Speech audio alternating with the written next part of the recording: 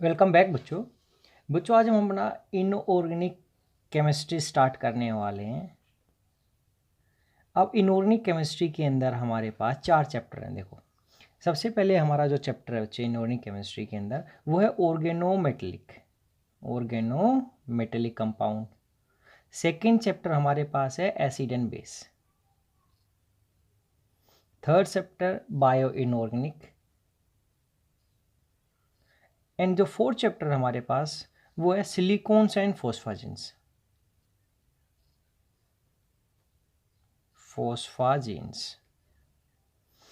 अब एक चीज़ ध्यान देनी बच्चे, देखो आपके पास आपके पेपर के अंदर टोटल 9 क्वेश्चन आएंगे। अब 9 के अंदर से आपने कोई भी एनी 4 करने हैं, तो उसके अंदर फर्स्ट क्वेश्चन तो हमारे पास क्या था, कंपलसरी था। तो सभी क्वेश्चन के अंदर से एक एक पार्ट, सभी चैप्टर के अंदर से उसका एक एक पार्ट आने वाला है। अब देखो, अब आपको केवल 3 ही क्वेश्चन करने हैं। तो हमारे पास जो चैप्टर 1 है और जो चैप्टर 2 है ये बड़े चैप्टर है। ऐसे ही बायोनोमी तो सबसे छोटा चैप्टर है सिलिकॉन्स एंड फोस्फाजिन्स। और ऐसे ही एक इम्पोर्टेंट चैप्टर है, सारे के सारे इंपॉर्टेंट है वैसे तो। अब आपको कोई भी 4 करने थे, तो अब एक आप ये सिलिकॉन एंड फोस्फाजिन्स कर सकते हो, एक एसिड एंड बेस, क्योंकि इसमें से भी 2 क्वेश्चन आने वाले हैं, बायोनोनिक में से भी, एसिड एंड बेस में से, ओनोमेटलिक में 2 से। ये सबसे बड़ा चैप्टर है, सबसे ज़्यादा रिएक्शंस याद रखने के, ज़्यादा कंसेप्ट याद रखने। इससे बेटर है कि आप एसिड बेस करो, क्योंकि 2 क्वेश्चन यहाँ से आने वाले हैं, सिलिकॉन एंड फोस्फाजिन्स में से भी 2 क्वेश्चन आने वाले हैं। तो अब आपकी चॉइस है, तो आप सेकेंड एंड फोर्थ कॉम्बिनेशन कर सकते हो, ऐसा बायनोनी भी कर सकते हो। हम तो सारे के सारे कवर करेंगे, लेकिन जिस बच्चे ने भी केवल पास होना है या मार्क्स सिक्योर करने हैं, तो वो केवल 2 चैप्टर ही करे, सारे के सारे करने की ज़रूरत नहीं है। लेकिन जिसने भी केमिस्ट्री पढ़ना है, आगे लेना है या कोई इंटरेस्ट देना है, उसके लिए चारों के चारों चैप्टर करने पड़ेंगे। तो अब हम अपना चैप्टर स्टार्ट करते हैं। सबसे पहले सिलिकॉन एंड फोस्फाजिन्स, फिर हम एसिड एंड बेस करेंगे, उसके बाद हम ऑर्गेनोमेटलिक करेंगे। तो अब हम सबसे पहले हमारा पेपर अगर स्टार्ट करते हैं चैप्टर, तो हमारा चैप्टर है सिलिकॉन्स एंड फोस्फाजिन्स।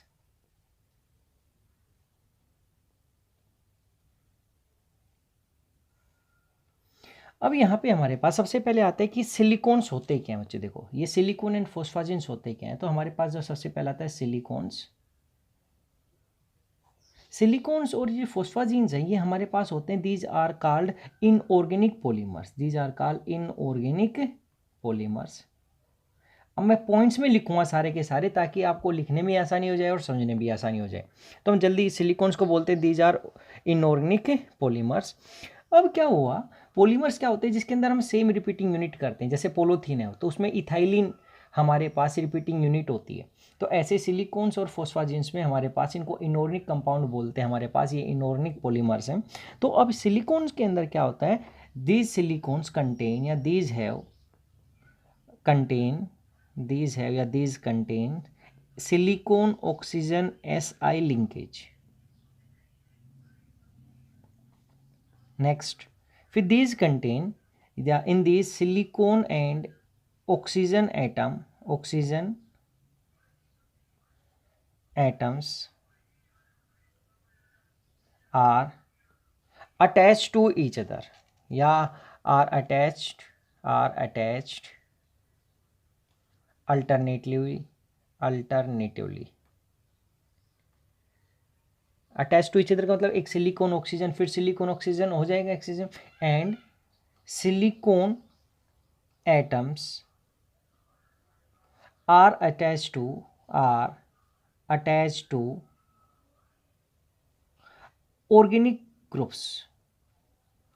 ग्रुप्स का मतलब हो गया कि हमारे पास कार्बन चेंज होगी, वो मिथाइल, इथाइल या कोई भी अराइल ग्रुप हो सकता है। तो अब इसको हम क्या बोल देते हैं, these are also called polysiloxane. These are also called polysiloxanes also called.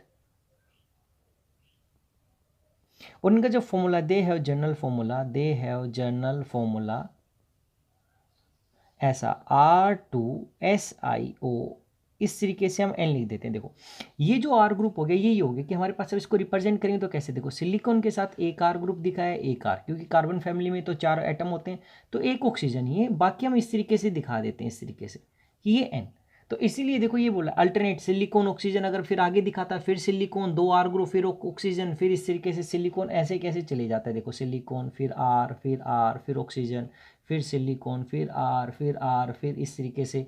तो अब हम एक सिलिकॉन के साथ एक ऑक्सीजन दिखा रहे हैं, ये वाली ऑक्सीजन दिखाता तो हम इस वाले सिलिकॉन के साथ दिखाता, ये वाली ऑक्सीजन दिखाता इस वाले के साथ दिखाता। तो इस तरीके से n लिख दिए, कैसी n रिपीटिंग यूनिट्स है हमारे पास, और ये R ग्रुप हो गया हमारे पास। अब इसी को क्या बोलते हैं, इनकी जो थर्मल स्टेबिलिटी होती है वेरी हाई होती है, and these have high thermal stability, these have high thermal stability, these have, ऐसे लिखता हूँ हैव, दे हैव, यहाँ पे लिख देते हैं they have high thermal stability, so they are also called high temperature polymer, so also called high temperature polymers. और इसलिए ये कहते हैं हीट ट्रांसफर एजेंट्स के लिए हम यूज करते हैं। तो ये तो हम बाद में भी लिख सकते हैं, they are also uses heat transfer agents. तो ये था हमारे पास सिलिकॉन्स। अगर सिलिकॉन्स के बारे में आ जाता तो हम क्या लिखें, these are inorganic polymer, they contain SiO(Si) linkage, and in these silicon and oxygen atom are attached alternatively, and silicon atoms are attached to organic groups. They are also called polysiloxanes. They have general formula R2SiON, and they have high thermal stability, so they are also called high temperature polymers. अब इसके बाद हमारे पास आता है preparation of silicones. देखो अच्छे, अब आपने इस प्रिपरेशन में एक ध्यान रखना है केवल कि जो प्रिपरेशन करते हैं, हमें सिलिकॉन्स को बनाने के लिए हमें सिलिकॉन हैलाइड चाहिए। कहने का मतलब है कि हमारे पास सिलिकॉन के साथ हैलोजन लगेगा तो हम उसको क्लोरोसिलिकेन्स भी लिख देते हैं। तो हम बोलते हैं silicones are generally prepared by hydrolysis of chlorosilanes. इसी क्लोरोसिलेंस को हम दूसरा नाम दे देते हैं सिलिकॉन के साथ हमारे पास हैलोजन चाहिए था। अब हैलोजन क्लोरो तो क्लोरोसिलेंस बोल दिया हम लोगों ने, या इसको बोल सकते हैं सब्स्टिट्यूटेड या सिलिकॉन हैलाइड्स और सिलिकॉन हैलाइड्स। अब देखते हैं, अब सबसे पहले हमें क्लोरोसिलेंस या सिलिकॉन हैलाइड बनाना है, उसके बाद हम उसका हाइड्रोलिसिस करेंगे तो हमारे पास सिलिकॉन्स आ जाएगा। तो जो हमारे पास जो प्रिपरेशन होती है, सबसे पहले हम क्या लिखते हैं प्रिपरेशन के अंदर, किसकी, क्लोरोसिलेंस के लिए। तो हमें क्या करते हैं, इसके अंदर जो एलिमेंटल सिलिका होता है तो हम क्या करते हैं, by reduction of by this हम क्या बोल सकते हैं, क्लोरोसिलेंस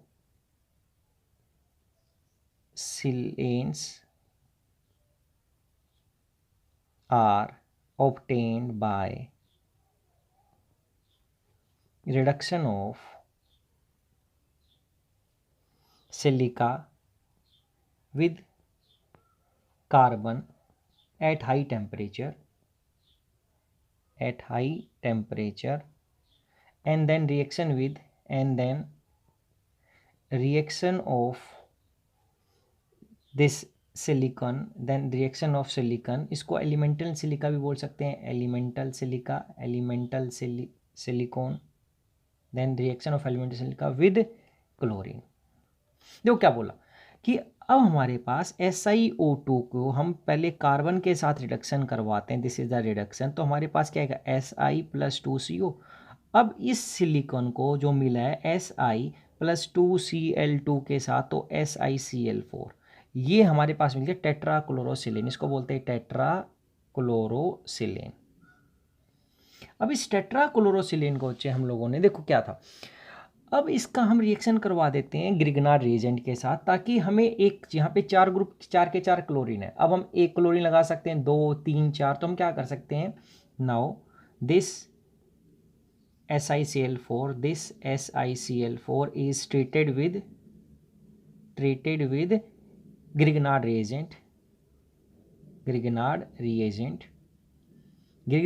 क्या था, RMgX।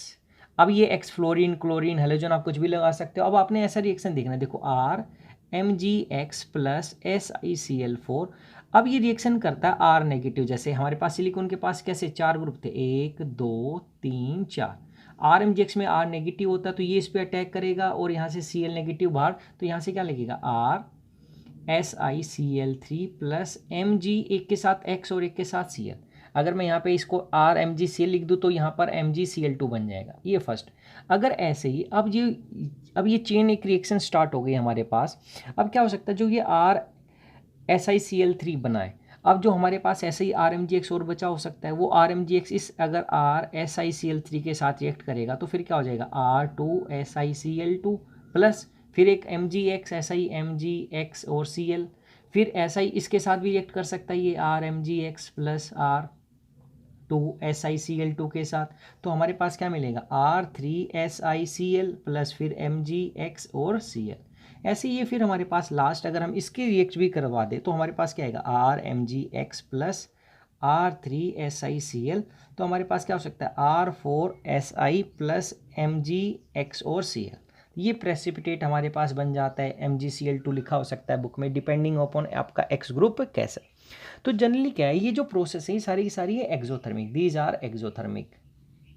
और क्या हुआ, ये प्रोसेस कॉम्प्लिकेटेड है, क्यों? क्योंकि आपने जब इनिशियली SiCl4 लिया तो अब आपने RMgX डाला तो उसके अंदर पहले RSiCl3 बन गया होगा, वहाँ पे ऐसा तो नहीं हमने इसको सेपरेट कर लिया, अभी भी हमारे रिएक्शन मिक्सर में RMgX है, तो उसके साथ कंबाइन करके तो हमें सारी चीज़ें मिलेंगी। जब इसके साथ रिएक्शन होगा तो हमें इस सारे के सारे प्रोडक्ट मिलते हैं इस तरीके से, इसको हम क्लोरोसिलेंट्स बोलते हैं। इसमें केवल डिफरेंस है कि आपके R ग्रुप 1 2 3 4 अलग अलग हो सकते हैं। तो इसी प्रोसेस को अब हमने क्या कर दिया, क्योंकि ये प्रोसेस कैसा है, complicated, this process is complicated, this process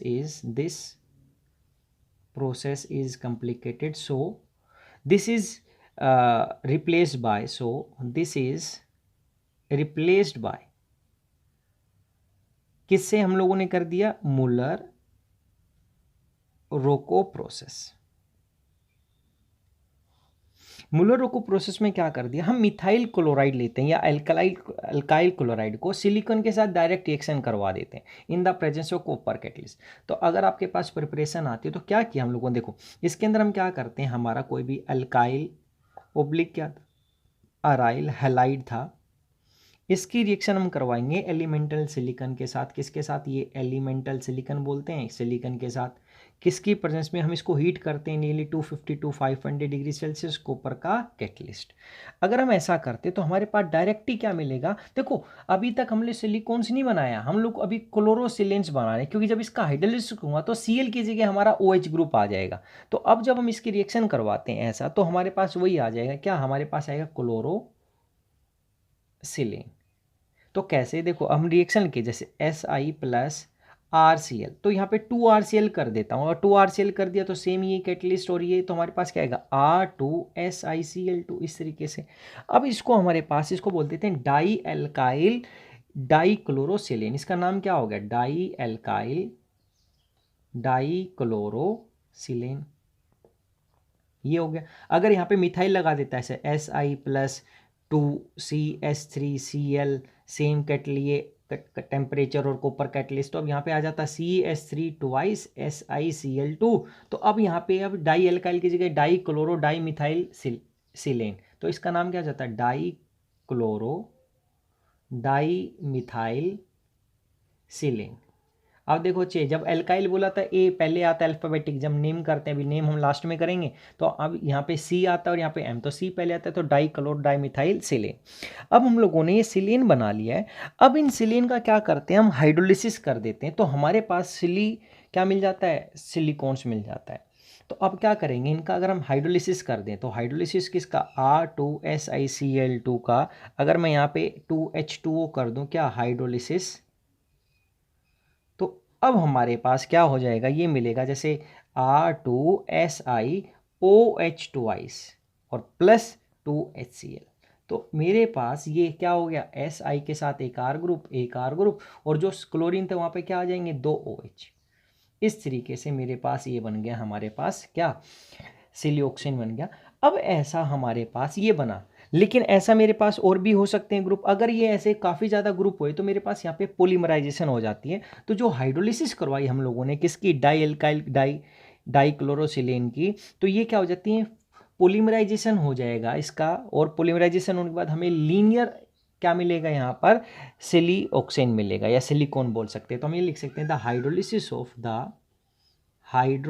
of die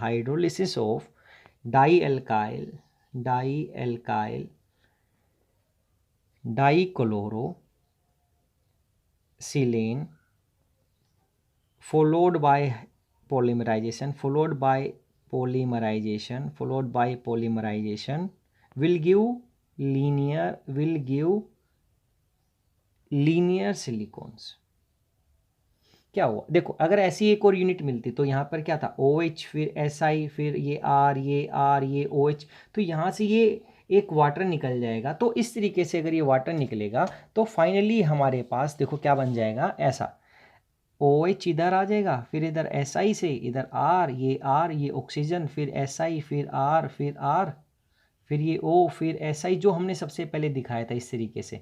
तो अब यहाँ पर हम इस तरीके से पूरा का पूरा दिखा सकते हैं। तो यहाँ पे OH की जगह इसको पूरी हट दिखा के इस तरीके से हमारे पास क्या हो गया, लीनियर। तो लेकिन अभी आपने एक कंडीशन देखी थी कि यहाँ पे जब ये डाइक्लोरो हमने लिखा था, डाई एल्काइल डाइक्लोरोसिलेन लिया था, तो ऐसा ही अगर मेरे पास ट्राई वाला होता जिसमें 3 क्लोरीन लगे हुए हैं तो उस पर 3 OH आ जाएंगे, एक क्लोरीन वाले पे 1 OH आ जाएगा। तो कह रहा है कि अब हमारे पास ये लीनियर भी मिल सकता है, ये हमारे पास यहाँ पे साइक्लिक भी हमें प्रोडक्ट मिल सकता है, ये यहाँ पर हमारे पास क्रॉस लिंकिंग पॉलीमर भी मिल सकता है। तो कैसे, अगर आपके पेपर में आ रहा था तो आपको सबसे पहले क्या लिखना था, सिंपल सा लिखना था कि ये these are prepared by chlorosilane. Chlorosilane हम ऐसा बनाते हैं, उनकी रिएक्शन विद RMGX एक बना सकते थे, या अब डायरेक्ट आप ये लिखोगे दिस सिंथेसिस किससे बनाते हैं, इस तरीके से मूलर उसको प्रोसेस से ये बना दिया। इसका जब आप हाइड्रोलिसिस करोगे तो आपको लीनियर मिलेगा। अगर हमारे पास क्या होता, ट्राइक्लोरोसिलेन होता, जो हमारे पास सबसे पहले लिखा ऐसा ट्राइक्लोरोसिलेन है, ये ट्राइक्लोरोसिलेन। अब हम लिख सकते हैं बट द हाइड्रोलिसिस ऑफ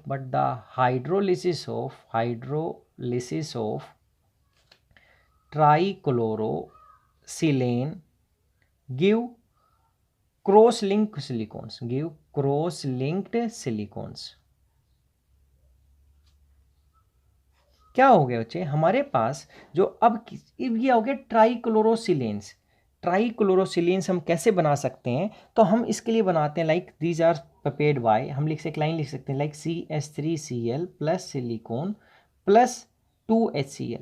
क्योंकि हम लोगों ने क्या सिलिकॉन लिया था और RCl लिया था, अल्काइल या अराइल हैलाइड लिया था, कॉपर उसकी वजह से। अब यहाँ पे हमें ऐसा करना होगा CH3SI, ये Cl इसलिए डाला क्योंकि 2 क्लोरीन यहाँ से मिलेंगे यहाँ पे, तो SiCl3 प्लस H2।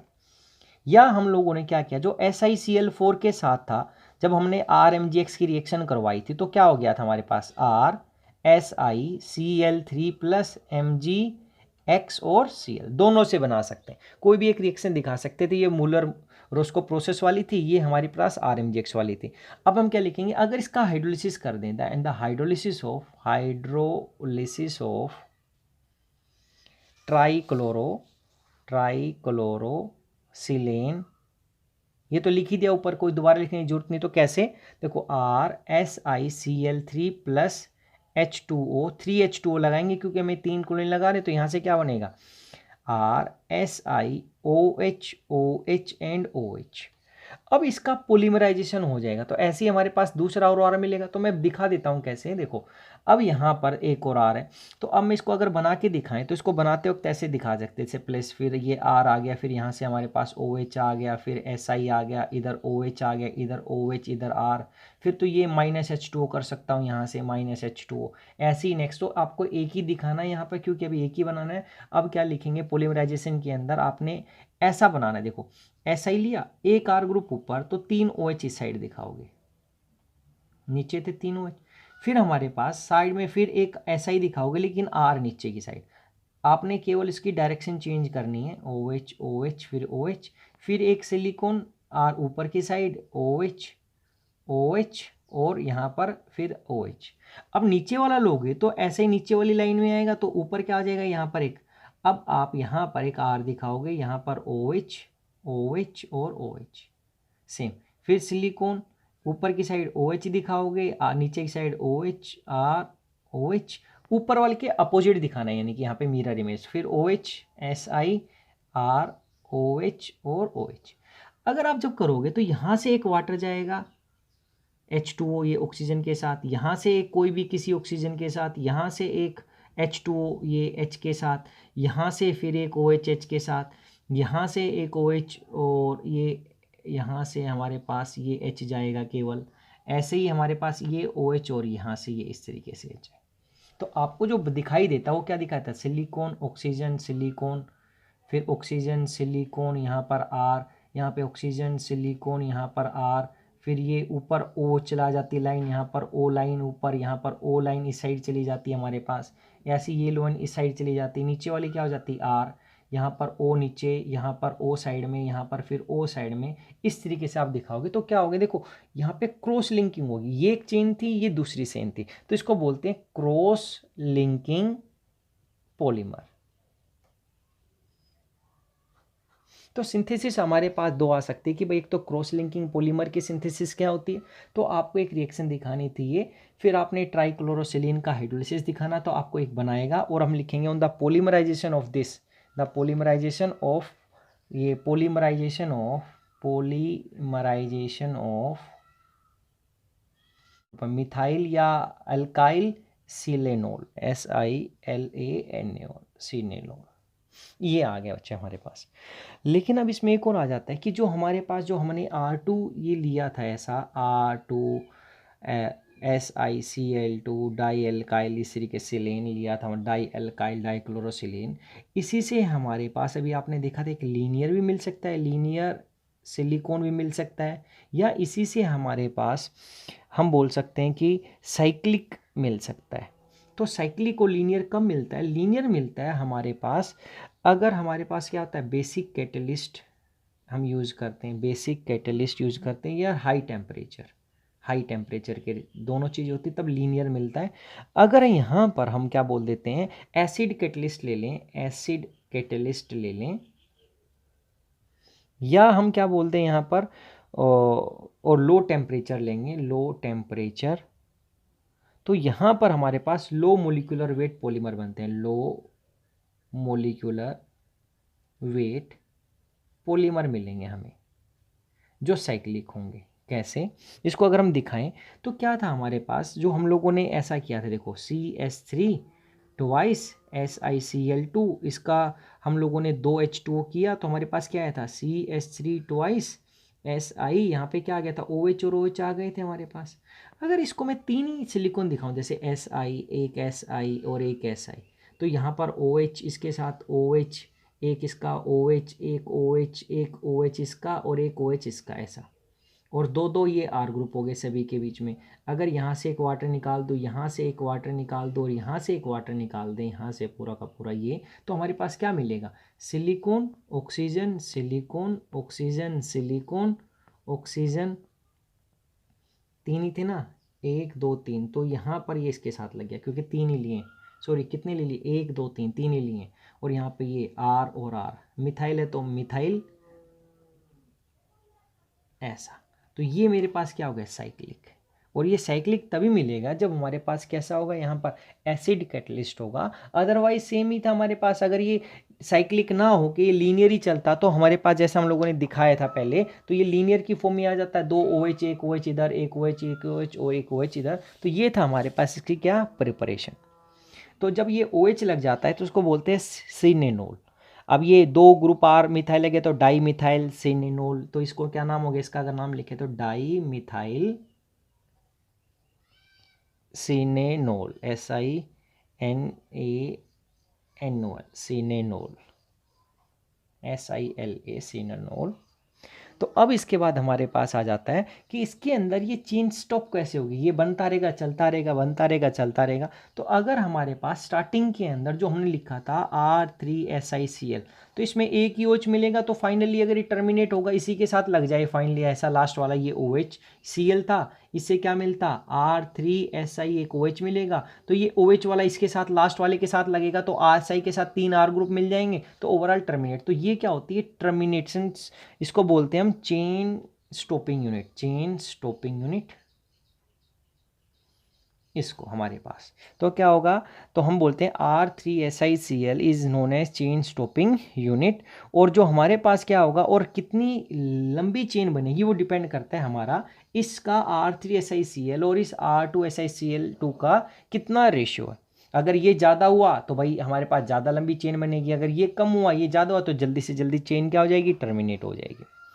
तो अब इसके बाद लास्ट में हमारे पास ऐसा आ जाता है कि मैं इस आर ग्रुप की जगह फिनाइल ग्रुप लगाना चाहूँ तो कैसे लग सकता है। अगर फिनाइल ग्रुप आ जाता है तो हम उसको फिनाइल क्लोरोसिलोक्सेन्स बोल देते हैं, यानी कि जो हमने मिथाइल क्लोरोसिलेन बोला, अभी ऐसे फिनाइल क्लोरोसिलेन पेपर में आ सकता है। तो आपने कुछ नहीं करना, 2 रिएक्शन और आती हैं हमारे पास, किसके लिए, for synthesis of phenyl chlorosilane या सिलिओक्सेन। सिलिओक्सेन बोलते हैं, इसका मतलब मैंने वहाँ पे क्या लगा रखा है, क्लोरीन की जगह OH OH OH, या इसी को फिनाइल क्लोरोसिलेन बोल दिया या सिलिओक्सेन बोल दिया, तो कोई डिफरेंस नहीं है। इसका मतलब इस क्लोरीन की जगह हाइड्रोलिसिस करवा के हमने OH लगा दिया, यहाँ पे वो क्या था। तो इसके लिए हमारे पास क्या हो गया, इसकी हम रिएक्शन करवाते हैं ट्राइक्लोरोसिलेन की बेंजीन के साथ। जब हम रिएक्शन करवा दी किसकी, ऐसा SiHCl3 की रिएक्शन करवा दूं बेंजीन के साथ C6H6 के साथ in the presence of boron catalyst, तो BCl3 हम डाल देते हैं, तो हमारे पास क्या मिलेगा, ऐसा PHSiCl3। कुछ नहीं करना, इस H को रिप्लेस कर देना हम लोगों ने बेंजीन से, तो बेंजीन क्या होगा PH, और यहाँ पर क्या मिल जाएगा H2।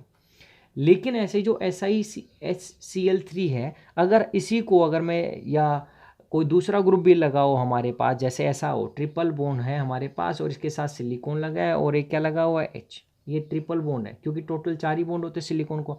तो ये सिलिकॉन और हाइड्रोजन वाला है, यहाँ पे सिलिकॉन के साथ 3 क्लोरीन थे।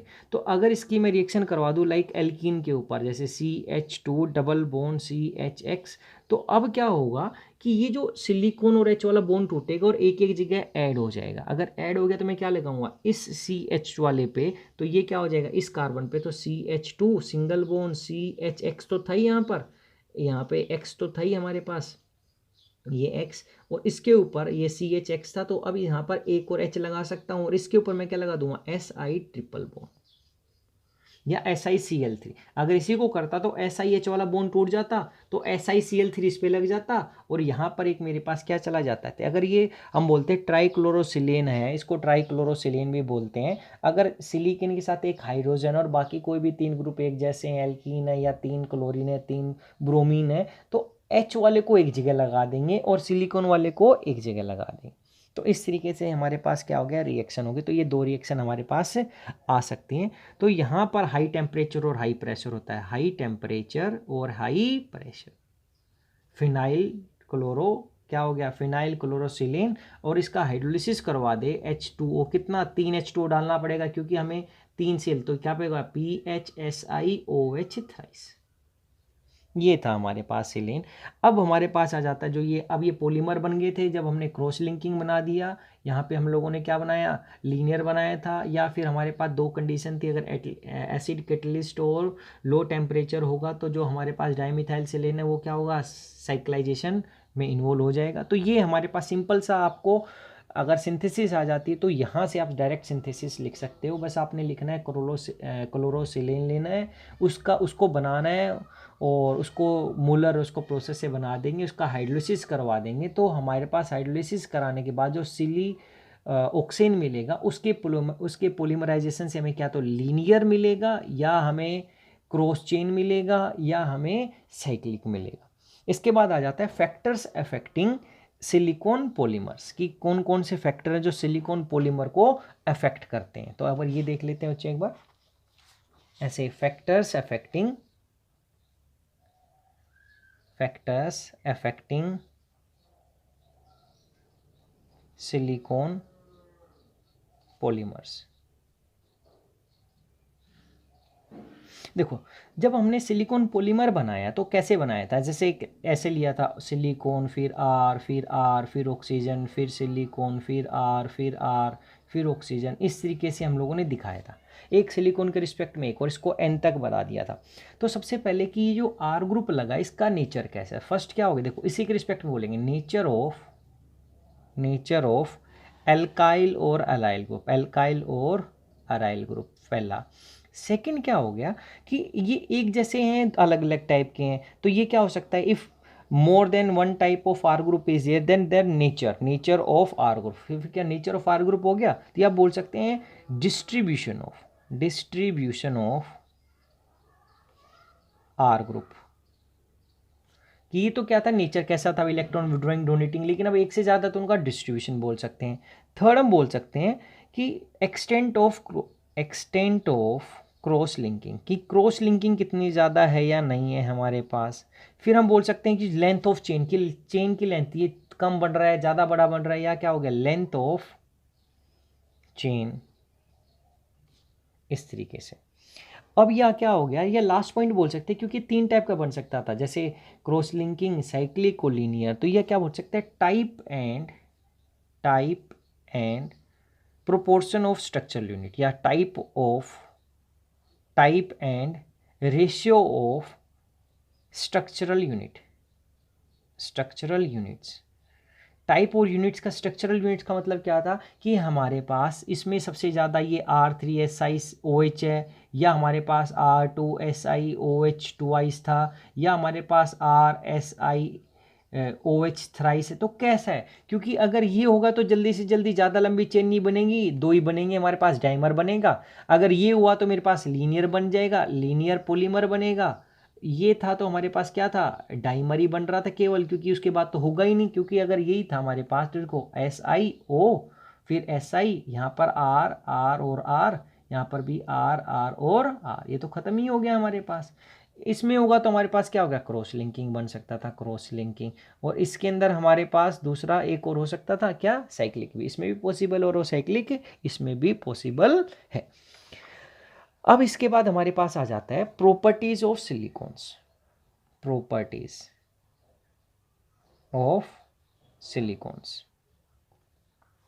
देखो ये छोटा सा चैप्टर है, अभी तक हम लोगों ने किया कि सिलिकॉन्स क्या होते हैं, उसके बाद हम लोगों ने किया कि इसकी प्रिपरेशन या सिंथेसिस क्या होती है। तो सिंथेसिस में आपने दो ही टाइप से ध्यान रखना था। उसके बाद हम लोगों ने किया कि क्या क्या फैक्टर कर सकते हैं, या इसके बाद हमारे पास आता है प्रॉपर्टीज ऑफ सिलिकॉन्स। जब हम प्रॉपर्टीज़ की बात करते हैं बच्चे, तो हमारे पास सबसे पहले आती हैं कि they are stable towards heat, they are stable, first point क्या है, they are stable towards heat.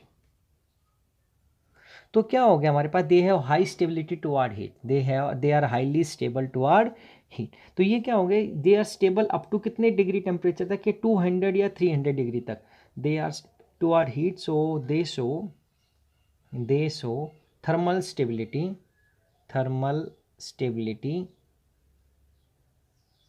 Up to 200 to 300 degree Celsius. और इसलिए इसको ज़्यादा लिखने की जरूरत नहीं कि they have low glass transition temperature, क्योंकि इसका मतलब होता है कि उस टेम्परेचर से नीचे वो सॉलिड की तरह बिहेव करेंगे, और इस टेम्परेचर से वो लिक्विड की तरह बिहेव करेंगे। या इसके बाद हम लिख सकते हैं सेकेंड पॉइंट इसका, कि दे आर स्टेबल टुवार्ड्स, क्योंकि 2 नंबर में आएगा तो हमें क्लियरली 4 पॉइंट ही लिखने हैं, या 3 नंबर में आ गया तो 6। तो they are stable towards chemical reagent, क्या, they are not affected by common reagents like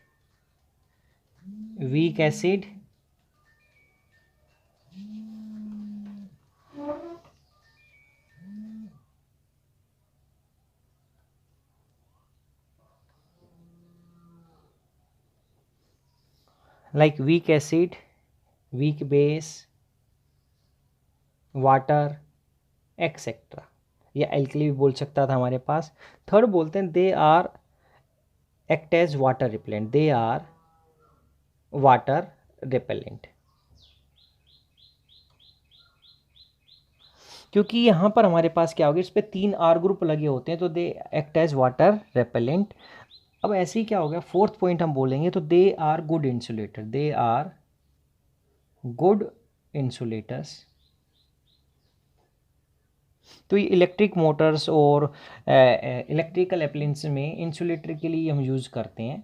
इसको ज़्यादा नहीं, इतना ही लिखेंगे प्रॉपर्टीज़ में छोटा छोटा। They have non stick and anti foaming properties, anti foaming properties. फिर हमारे पास बोल देते हैं कि अब इनका क्या हो सकता है, क्योंकि ये they are resistant to oxidant, they are resistant to oxidation, यानी that is they have oxidation stability, they have oxidation stability.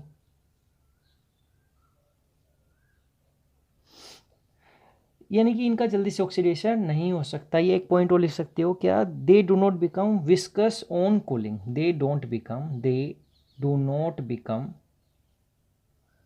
To viscous on cooling.